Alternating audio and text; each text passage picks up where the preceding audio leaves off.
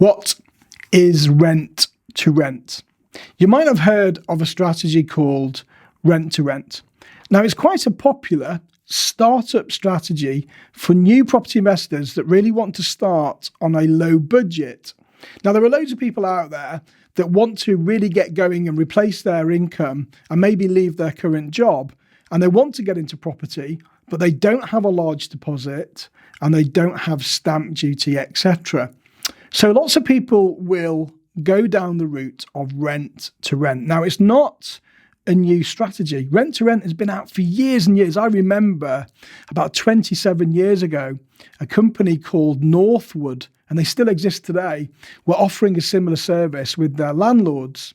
And basically, rent to rent is where you, the investor, will rent a property off somebody else, the owner, for a certain amount of money every single month. And what you will do is you'll make sure you pay that money every month to the owner, even if the property is empty.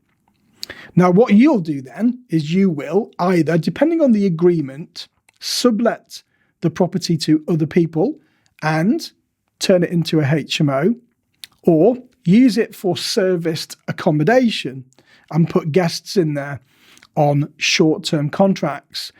Now, all of the profit that you make from the rent, less the money you give to the owner, and the bills that you pay will be your profit at the end of each month. So it's a relatively easy strategy to get into with people that don't have huge amounts of money. But there are a lot of pitfalls in rent to rent, because whilst the benefits are you don't need a lot of money, you can make good cash flow, and you can control a property that you don't own, there are some downsides to rent as well. And I think over the years, rent to rent has been given a really bad reputation because lots of people have gone into it thinking they're going to make a lot of money overnight, and they haven't been compliant with the huge amounts of legislation that's out there at the moment. So on this small video, I'm going to concentrate on rent to rent for HMOs. That's houses in multiple occupation, and what you should look out for if you're looking to do rent to rent as a strategy. So what's a HMO? That's the first thing. Well, a HMO is a house in multiple occupation, and that's where you've got 3 or more people forming more than one household with shared facilities.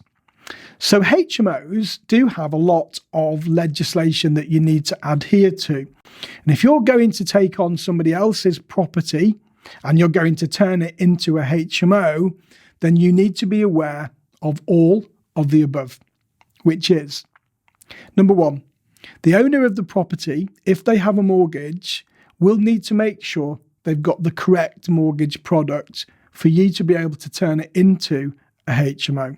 Now, if they don't have the correct product, they can contact their mortgage provider and they can see if they can switch. Now, that will come at a cost. So whether or not it will be worth their while to do that would depend on the individual. If it's mortgage free, then that won't really matter so much. The next element is planning permission. Now, certain areas around the country have something called Article 4 direction, which means you need planning permission if it's for HMOs to turn a house into a HMO. So you'll have to apply for planning if that's the case in the area that you're looking for, if the property isn't already a HMO. And then the next element is licensing. Now, very often HMOs will need a license even if they've only got 3 people, and that's called additional licensing. But if your property is going to have 5 people, then you will always need something called a mandatory HMO license. Now, licensing then comes with a lot of legislation itself, with minimum room sizes and minimum kitchen sizes and living room sizes, etc. So if you're not sure about the area that you're looking to invest in, and you don't know what they are stipulating when it comes to room sizes, head over to your local area's website for HMOs or housing on your council's website and download a document called the Amenities Standard document. And that will help you and it will guide you as to what you need to do in order to be compliant to turn a property into a HMO. So the good things, high returns. The bad things, you've got to make sure that the mortgage product is correct. You've got to make sure the product is compliant to your local standards. And then you've got to make sure that if the property is licensed, you apply for the license and you've got the right planning permission. So there's a lot of things to consider. And very often people don't consider any of this. They just go out, they rent a property, they put tenants in, and it all gets really convoluted. So what sort of myths are there when it comes to rent to rent? Well, a lot of people say that rent to rent's illegal because it's subletting. But if you're using a management agreement and you're just literally managing the property on behalf of the owner, then you're not subletting. It's simply you're acting as a manager. So there are different ways that you can set up a rent to rent deal. Now, generally speaking, the rent to rents that we do and the rent to rents that we teach will use something called a management agreement. And that's just a document that depicts all of the responsibilities of the manager and all of the responsibilities of the owner. We do things differently. When I say we, myself and my company. Now, if we're looking for rent to rents, what we don't do is target normal houses and then convert them into HMOs, because the cost element is going to be quite big, because you'll need fire doors, you'll need to put all of the smoke alarms in, etc. And the properties may be in Article 4 area, which means we need planning permission.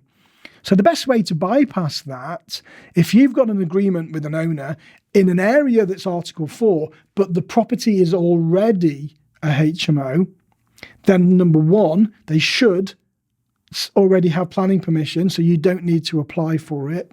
And number two, they should already have a license. And guess what?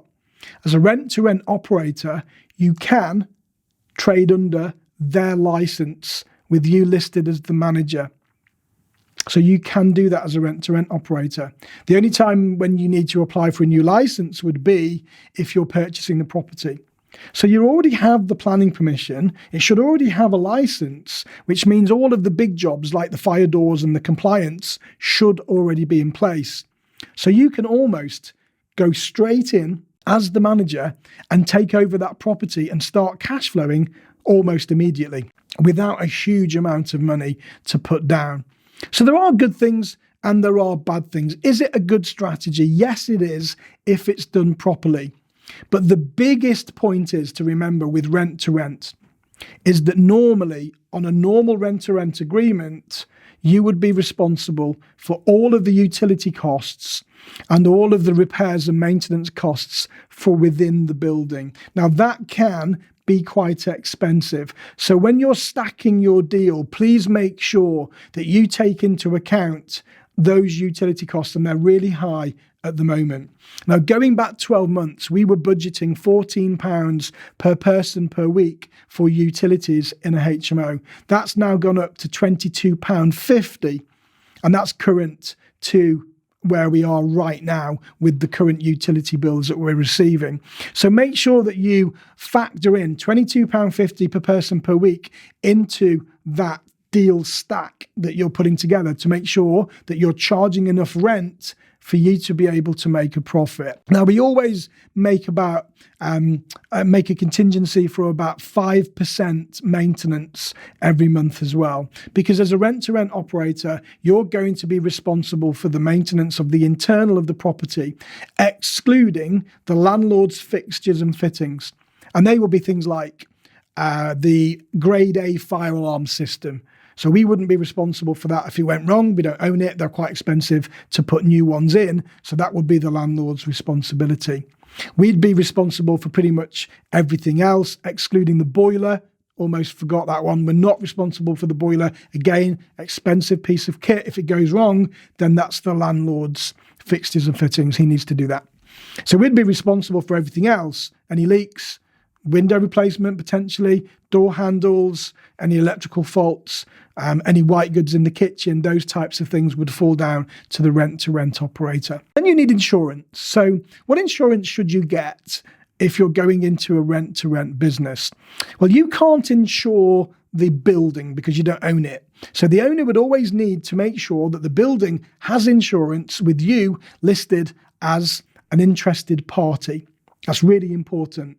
So they need to sort out the insurance. Now, it's up to you whether you want to take out your own contents insurance. Some people do, some people don't. That's very subjective. But the other elements of insurance that you would absolutely need is, first of all, you will need public liability insurance. And public liability insurance will cover you, your staff, anybody that goes into the building, including your tenants, if they have an accident or trip over, etc. So public liability insurance is an absolute must. And you could also consider professional indemnity insurance. Now, indemnity insurance would cover you in case the landlord decided to foreclose on you, try and take the deal away from you, and then that would cost you X amount of money. And it would also cover you in case the landlord came at you and tried to sue you for damages in relation to that deal of any form. So public liability, professional indemnity, contents insurance should you choose to take it, and then the owner should have buildings insurance. So that's rent to rent. A lot of things there to digest, but I hope that was useful. If it was, please do put a comment down below. Let me know your thoughts, and there might be a few things on there that I've not covered in its complete entirety. But I think the whole message about being in rent to rent is, number one, can it work? Yes, absolutely. It can really give you lumps of money that you could set aside in order to save up over a period of maybe 3 years to then put towards buying an investment property. So it's really good cash flow, but you've got to make sure the numbers work, and you've got to make sure you're compliant. And if you're signing for a 3-year agreement and you're guaranteeing that rent for 3 years, you've got to make sure it works, because if you don't pay, then the owner of the property could potentially then take you to court for breaching your contract. So do it well. Be compliant, be a good business owner, and I'll see you on the next video.